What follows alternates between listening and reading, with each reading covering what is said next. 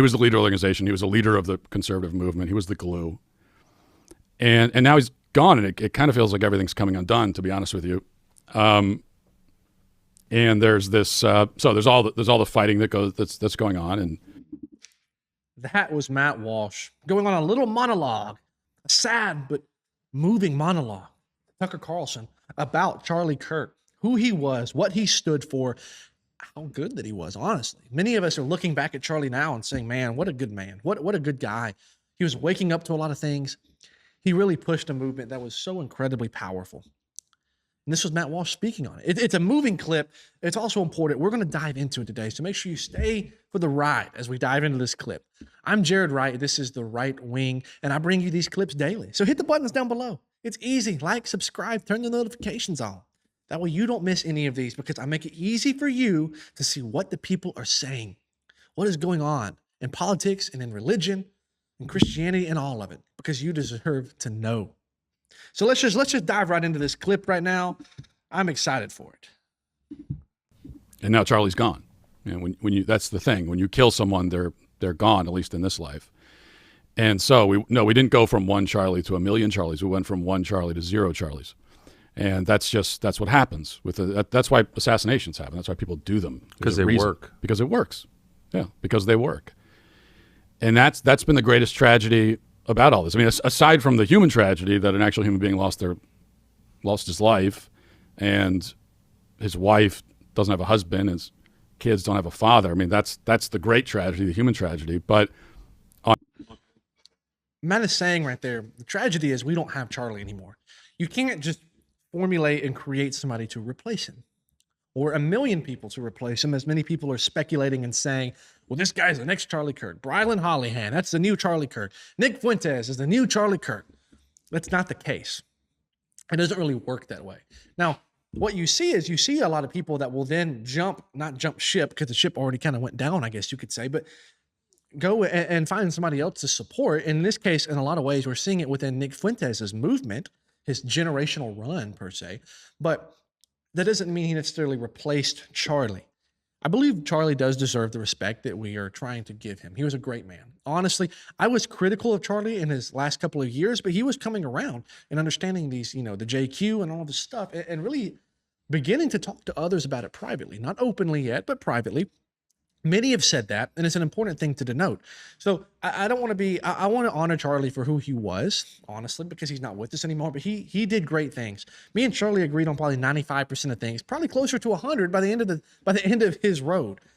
But let's just keep watching the clip, see what Matt has to say. On a kind of national scale, the tragedy is that the strategy of assassination has been proven effective, again, as it has all throughout human history.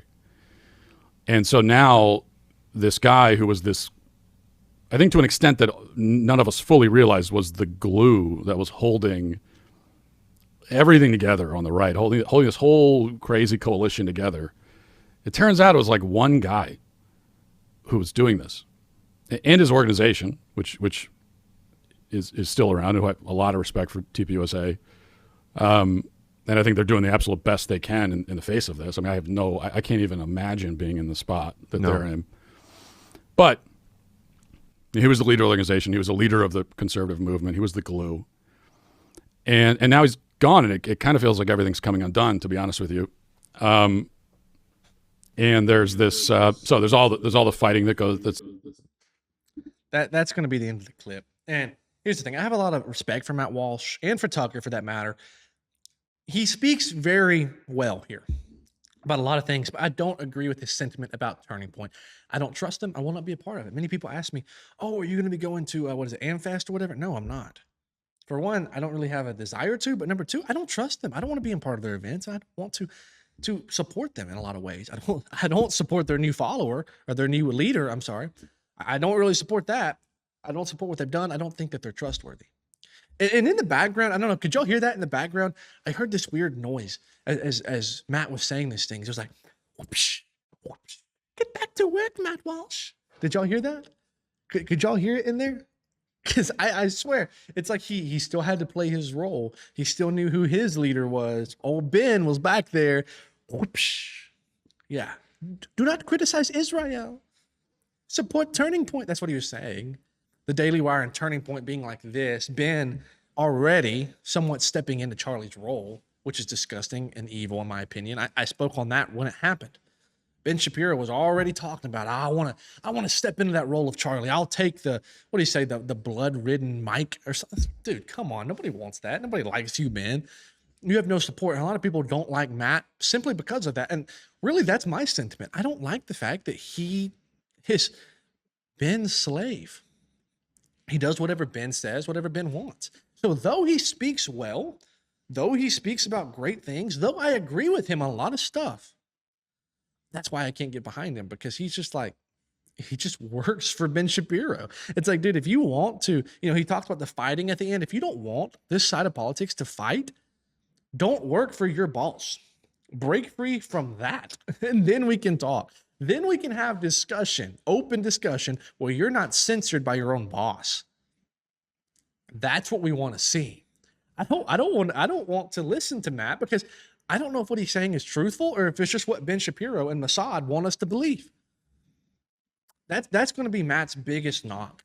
Though he speaks the truth. We saw the reason that assassination works is because it creates divide all over the place between parties, between one party splitting and who they're going to support, between all of that. And this is why you can't replace somebody. It doesn't just work.